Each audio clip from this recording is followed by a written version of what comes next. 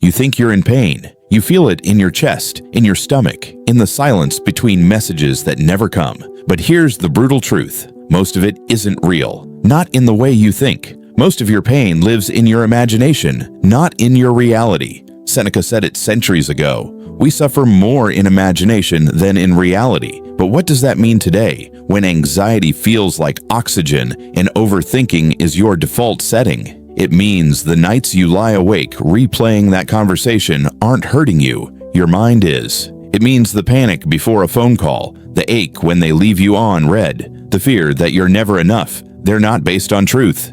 They're projections, loops, mental simulations your brain runs like a broken movie reel. You wake up already tense. You walk into a room already rejected. You imagine a failure that hasn't happened yet and feel it in your body like it's real. That's how powerful your mind is. And that's how dangerous it becomes when you let it run wild. Here's the part no one tells you. Pain is real, yes. But most of what you carry, the constant tension, the background dread, the shame you never speak about, it's not caused by your life. It's caused by your thoughts about your life. And the worst part, your brain believes them, because your nervous system can't tell the difference between what's happening and what you're imagining. So you suffer twice, once in the moment, and once in your mind. The fear of failing before trying, the rejection before it even arrives, the guilt over things you didn't do.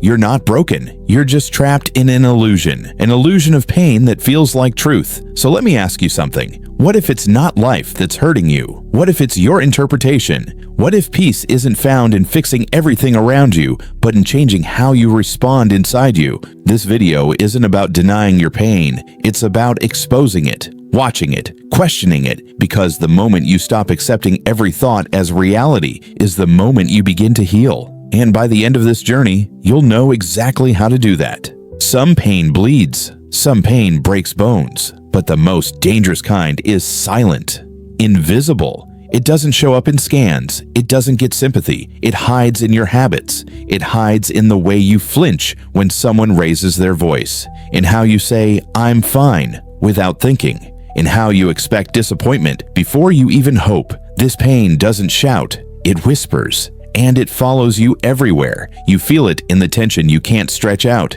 in the weight in your chest that no one sees, in the way you prepare for rejection before you even speak. This is the pain you carry in your mind, the fear that they'll leave, the shame of not being enough, the guilt of being too much. And here's what makes it cruel. You don't even notice it's there. You think it's just who you are. You think overthinking is your personality. You think anxiety is just your way of caring. But it's not. It's a wound that never got treated, a memory your body didn't forget, a story you keep telling yourself without realizing. And every time you believe it, the pain gets louder. You cancel plans before they cancel on you. You hold back love because you're afraid of being hurt.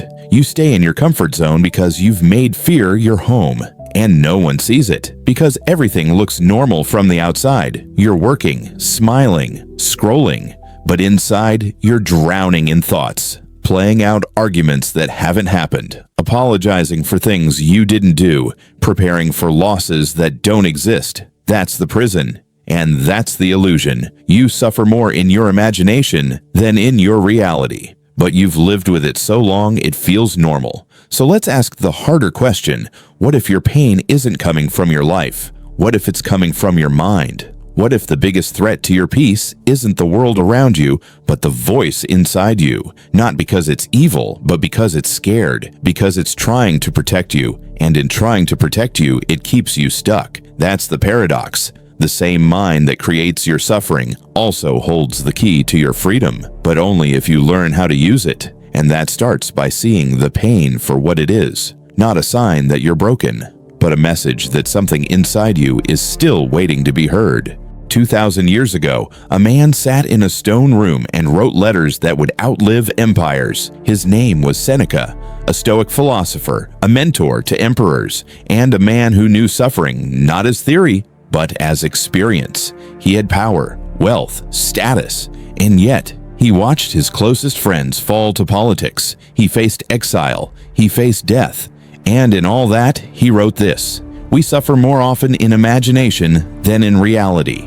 He saw what most of us still miss today, that the majority of our pain isn't caused by what happens, but by what we believe will happen. That the human mind has a talent for turning moments into monsters, for turning uncertainty into threat, rejection into identity, silence into disaster. Seneca wasn't telling us to ignore pain, he was showing us where it really begins. In our interpretation, in our attachment, in the stories we tell ourselves about what something means.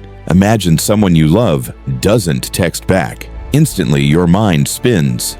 They're pulling away. I said something wrong. They're losing interest. You spiral, but reality? They're just busy. You suffer, not because of truth, but because of fear dressed up as logic. That's the illusion Seneca warned us about. The kind that's hard to fight, because it doesn't come from outside. It lives in you. Stoicism teaches one thing above all: control what you can. Let go of what you can't. And most of what you can't control is other people, the past, the future, their opinion, their reaction. But what you can control is the lens you use, the frame you place around your experiences, the words you say to yourself when life gets quiet and your mind gets loud. That's where real freedom begins, not by numbing your pain, but by understanding it, seeing it not as an enemy, but as a teacher. Every fear reveals something you value. Every anxiety points to something you care about. And every illusion, when exposed, becomes power. Seneca lived in a world of chaos. So do we. But where others drowned, he trained his mind. And that's what we're here to do. This isn't about pretending everything's fine. It's about asking, is this thought helping me or hurting me? Is this fear true or just familiar? And if I can question it, maybe I don't have to obey it. Maybe I can sit with it, breathe through it, and finally let it go. If Seneca lived in a time of chaos, we live in a time of constant noise. And while the world has changed, the illusion of pain has only grown louder, because now your mind isn't just reacting to reality, it's reacting to 1,000 versions of it. Scroll your phone. In seconds, you'll see people who look happier, richer, more loved, more successful. You compare, you shrink, and you suffer. Not because of your life, but because of a story your brain writes from someone else's highlight reel. You imagine you're behind. You imagine you're not enough. And that imagination feels like failure. That's the first modern trigger, comparison. It used to be local. Now it's global. The second is uncertainty. We live in a world that changes faster than our nervous systems can handle. News, notifications, deadlines, messages, silence. Your brain can't tell what's urgent anymore, so it treats everything as a threat. A delay becomes rejection, a pause becomes judgment, an unanswered text becomes abandonment, and you suffer again in imagination. The third trigger is overstimulation. Your brain was not built for this much input, this much access, this many voices, so it creates shortcuts, and one of them is anxiety. Your mind assumes the worst just to feel prepared, but it backfires because now you live in a state of false alarms. Everything feels dangerous, even when you're safe. You don't relax because your mind doesn't give you permission. It's stuck in what-ifs. What if they leave? What if I fail? What if it all goes wrong? And every what-if becomes a feeling. That's the trap. You believe the emotion, so you believe the thought. But the thought was never real. It was just a simulation, a ghost of possibility. And here's the irony. You suffer more trying to avoid pain than from the pain itself. You say no to new things. You numb yourself with scrolling. You stay in bad relationships just to avoid being alone. But none of it protects you because the fear still finds you. That's what makes modern pain so subtle. It's everywhere. And it's invisible, and the only way to stop it is to slow down, to notice, to ask, is this real? Is this happening? Or is it just a thought? Because when you ask that, you break the loop. You create space. And that space, that 1 second between emotion and reaction, that's where your freedom lives. You don't need to be in pain to suffer. All it takes is a belief you never question, a voice in your head that became your identity. And here's the hard part. Most people don't even know they're trapped. So let's make it clear. Let's shine a light. You might be living in an illusion if you constantly rehearse worst-case scenarios. You picture arguments that haven't happened. You imagine rejection before you even ask. You play out entire failures in your head and feel them in your chest as if they're already true. That's not intuition. That's fear pretending to protect you. Another sign, you seek validation for everything. You don't trust your decisions unless someone approves. You don't feel beautiful unless someone tells you. You don't feel worthy unless you're needed. That means you're outsourcing your peace, and every silence becomes a threat. Every scene without reply becomes a wound. You're also trapped if you avoid joy because you fear the crash. You don't let yourself be too happy. You say things like, "It's too good to be true," or "I'll probably mess it up." That's imagined pain in disguise. You sabotage peace because pain feels more familiar. Then there's guilt, constant, quiet guilt. You apologize when you've done nothing wrong. You feel bad for resting. You explain yourself when no one asked. That's not humility. That's fear of disapproval. And finally, you don't trust good things. When someone loves you, you question why. When an opportunity comes, you doubt if you deserve it. When life gets calm, you wait for the storm. That's not realism. That's trauma pretending to be logic. These are signs, clues, not that you're broken, but that your mind is running a program you never wrote. A story you didn't choose. But here's the good news. If you can see the illusion, you can change it. If you can name the fear, you can face it. If you can pause, even for a second between thought and reaction, that's where your power lives. You don't need to believe every thought. You don't need to obey every feeling. You are not your past. You are not your pattern. You are the awareness behind it. And the moment you realize that,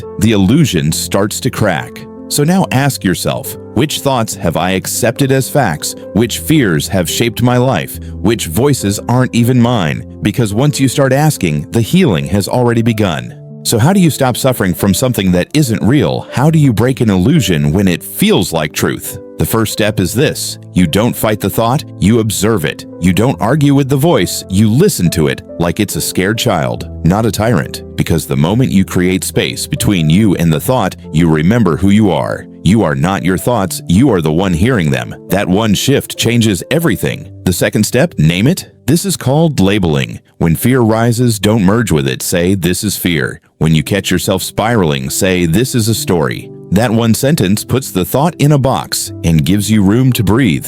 You're no longer drowning in it, you're looking at it. That's where clarity begins. The third step, separate fact from fiction. Take a piece of paper, draw a line down the middle. On one side, write what I know for sure. On the other, write what I'm assuming. You'll be shocked. Most of your stress lives on the second side. They're mad at me. Assumption. They didn't reply. Fact. They'll leave. Assumption. They haven't responded yet. Fact. This exercise pulls you back into reality and reminds you that pain without evidence is a choice. Next tool, anchor yourself. When you feel overwhelmed, come back to your body. Breathe. Look around. Notice 5 things you see, 4 things you hear, 3 things you feel. This grounds your nervous system. It tells your brain, I am here, I am safe, I am not my fear. You'd be surprised how quickly panic fades when presence begins.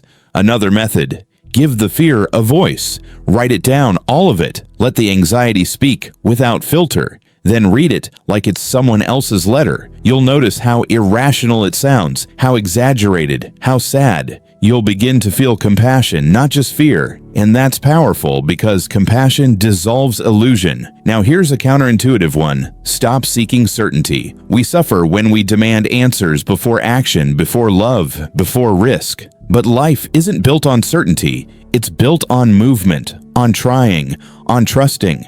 Alan Watts said, "The more you try to control the world, the less you understand it. So let go. Let things be unknown. Let people be who they are. Let outcomes be unguaranteed." That's not weakness, that's strength. Finally, adopt a stoic pause. This is gold. When a strong emotion hits, don't react, pause. Ask yourself, what am I feeling? What triggered this? Is it real? Is it mine? Then choose your response. Don't rush it. Don't perform. Just be still. That space is sacred. That pause is the birthplace of peace.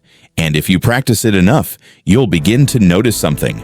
The fear loses power. The voice gets quieter. The illusion dissolves. And in its place, clarity, calm, control. Not over the world, but over yourself. And that, truly, is all you ever needed. Let me tell you about someone. Her name was Maya, 31, smart, funny, kind. The kind of person who always checked on others but never talked about herself. To most people, she looked calm, put together, but inside, chaos. She would lie awake at night, replaying conversations.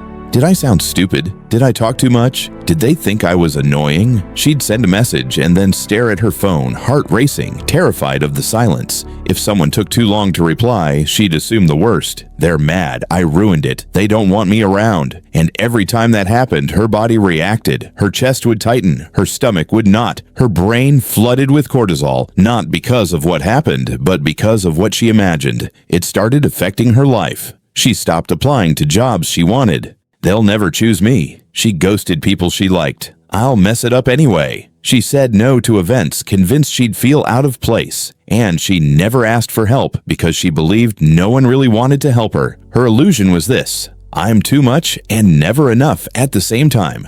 One day, she read that line from Seneca: "We suffer more in imagination than in reality."